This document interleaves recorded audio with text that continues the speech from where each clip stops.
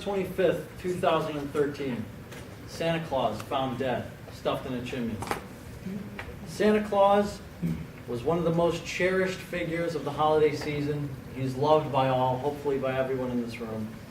I'm a detective, and I've done background checks on all of our Santa Claus figures from around the world who are also our suspects for who might have killed Santa Claus. And today I hope to give you guys insight on all of these Santa Clauses and in search of the truth to find a conclusion of who did this, the jolly old Saint Nick. Now who we've got here is Grandfather Frost from Russia, La Befana from Italy, and Tomt from Sweden. But let's talk about the victim here. On stnicholascenter.org, I have a quote from an article from 2002 that says, he died December 6th, 343 AD, and he was buried in a cathedral church. And on December 6th, the same day, they found in his grave this substance called manna, which apparently has like a lot of healing legend powers. I don't know how true that is, but they were very happy about this. And the anniversary of his death became St. Nicholas Day, for that day that they also found this strange liquid thing. So St. Nicholas was a real guy. He was a Greek bishop, a Christian bishop in Greece when it was a time that was not very cool to be a Christian or a bishop. So they treated him very poorly, and they exiled him, and they imprisoned him, and they tortured him to some extent. And I have a quote here that says, St. Nick was reputed to give marriage dowries of gold to 3 girls who would have been butchered or sent into prostitution otherwise. And that quote is from Encyclopedia Britannica online, and that's where our Santa comes from. That like sense of generosity, that he was helping people out. Supposedly there are a ton of legends about how he gave people presents all the time, very generous guy. So that's where we get the tradition of Santa Claus giving gifts to people all around the world. So let's get to our first suspect, who is most similar to our American Santa Claus, and that is Grandfather Frost. So why don't you take a seat and tell us a little bit about yourself. My name is Grandfather Frost, or also known as Ded Mraz in Russian. I'm dressed very similar to the American Santa Claus. I can be seen in a red hat, red or blue coat, white mittens, and felt boots. I have an icy staff and could be seen carrying around a big sack full of joyful presents.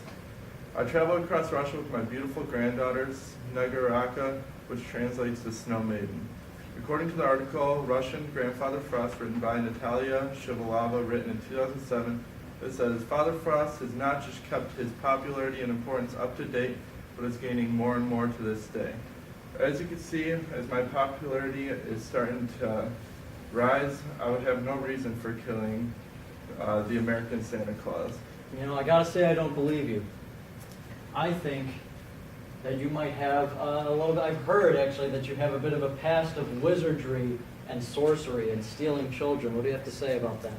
I will admit that that is true. In an article written called Father Frost's Red Nose, written in 2007, states it is interesting to note that initially Father Frost used to be a wicked and cruel sorcerer who liked to freeze people.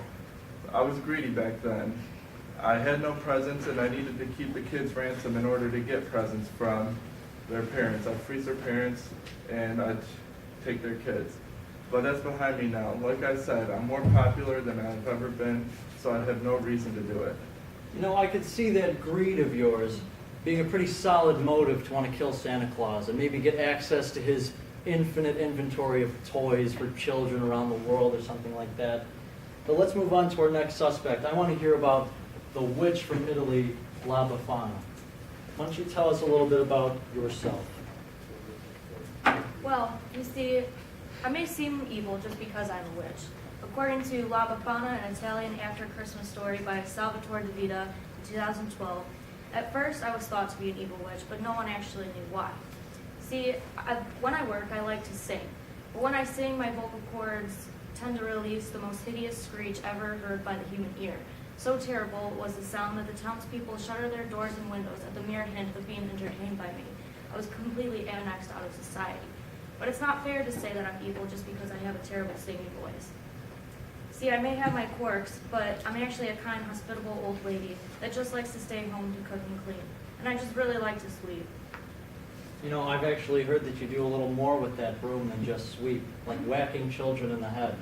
Well, you see, as for whacking children upon the head with my broomstick, that was before my tragic loss. According to the legend of La Befana by Patty Wigington, some tales say that I'm a widowed woman whose children had died in a great plague. See, I was a bitter old lady before then who let work in the way of actually enjoying life. Nowadays, I try to make up for my OCD by flying around on my broomstick, handing out candy and treats to every child. I even leave black lumps of black rock candy that only looks like gold. Mind you, this only occurs in Italy every January 6th, the day of Epiphany. I already have my own day, and I have no reason to steal Santa's thunder. You know what, I gotta say that any figure that's willing to whack children on the head with a broomstick is enough suspicious behavior for me to think that she might be the one who killed Santa Claus. Let's move on to our next suspect, Tom from Sweden. Why don't you tell us a little bit about your history? Well, my name is Tomt, which translates to homestead man. I'm found in Scandinavian countries such as Norway, but I originated in Sweden.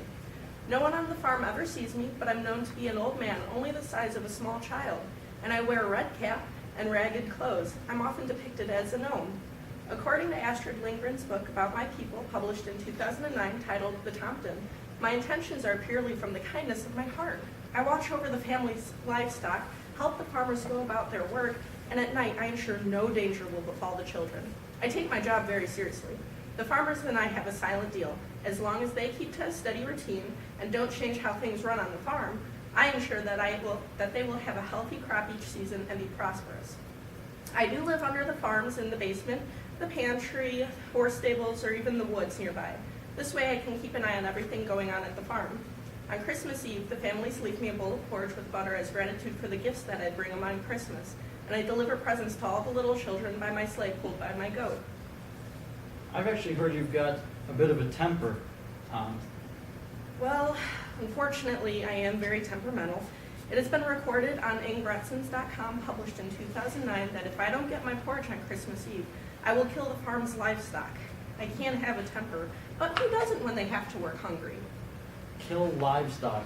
So anybody that's willing to kill animals, livestock like cows and pigs and things like that, I think is only a few steps away from killing a human being like our jolly old Saint Nick. But you can get back on the wall. I've got our next guy to bring in here. Bring him in, gentlemen. What's this all about? Right this way. Krampus, the German Santa Claus. Why don't you tell us a little bit about yourself, my friend? Yes, I am Krampus, and I am full of the Yuletide spirit. I am the maniacal companion of jolly old Saint Nick, the adored individual that children globally loved and anticipated more than any holiday figure, bringing cheer and joy to all. Yet my role with Santa is a slightly darker one. We visit the homes of all the little boys and girls in the world on December 6th, and Saint Nick rewards the good children with presents. I, on the other hand, am responsible for punishing the naughty children. A lump of coal is tame compared to the truth. Krampus.com from 2012 details my Christmas role explicitly. Krampus punches the naughty children, swatting them with switches and rusty chains before dragging them in baskets to a fiery place below. I love working with the jolly old big boy. I never want to hurt him. Before Santa and I make our rounds, the wonderful people of Austria, Northern Italy, and other areas of Europe celebrate my existence with a parade-style affair called Krampusnacht. Running through the streets wearing costumes in my image, indulging in festive drink, and terrifying children and adults alike, I look down upon these mortals in adornment. My holiday is slowly becoming more prevalent in countries such as Finland and France, as well as throughout the United States. So you've got your own holiday. You seem like you're generally getting over your old past, but I've got a quote here that you've said in some years ago that I think says differently about your relationship with Santa Claus. Can you read that out loud for me? Ha, you would bring the slander to light. Gerald Brahman's Twisted Tale, the Yule Lord, written in 2012, spun from a dispute between he and I, used my name with this out-of-context statement. Santa Claus, my dear old friend, you are a thief, a traitor, a slanderer, a murderer, a liar. But worst of all, you are a mockery of everything for which I stood. You have sung your last ho, ho, ho, for I am coming to take your head. I am coming to take back what is mine, to take back the Yuletide. Yes, I understand how that statement could be perceived as malicious, but I didn't say that. Brown may have somehow overheard an argument between Old Nick and I, but all business associates have arguments, and me and Old Nick always resolve our problems. Well, you're clearly the most violent of all of our Santa Claus figures here. But you know what? All of our Santa Claus figures here have a strangely violent past. But at the same time, all of them have influenced our American Santa Claus in some way, shape, or form, whether it's the look, or the tradition, or, dozens of things. But, back to business here, Krampus. I think you were sick of living in Santa Claus's shadow. I think you killed Santa Claus. Take it away, gentlemen. Lies. It's nice to know we got this all wrapped up. Officers, wait. I need to clear my conscience. I did it. I confessed to killing the good Saint Nick, and I haven't slept in months because of my mistake. I was out in the stables checking on the horses in the wee hours of the night when I saw what looked like a robber peering into the windows of the children's bedrooms.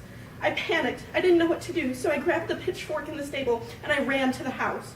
It was dark, and all I saw was this giant looming figure that managed to get inside the house. I lunged at him with the pitchfork, hoping to scare this burglar away, but he tripped and he fell onto it, piercing his own flesh. It was then I realized who I had just murdered. I didn't know what to do, so I managed to stuff him into the chimney, hoping it would look like he fell down the chimney himself. I'm so sorry. Take her away. Told you I love the big boy. I didn't mean to do it, I swear. See you.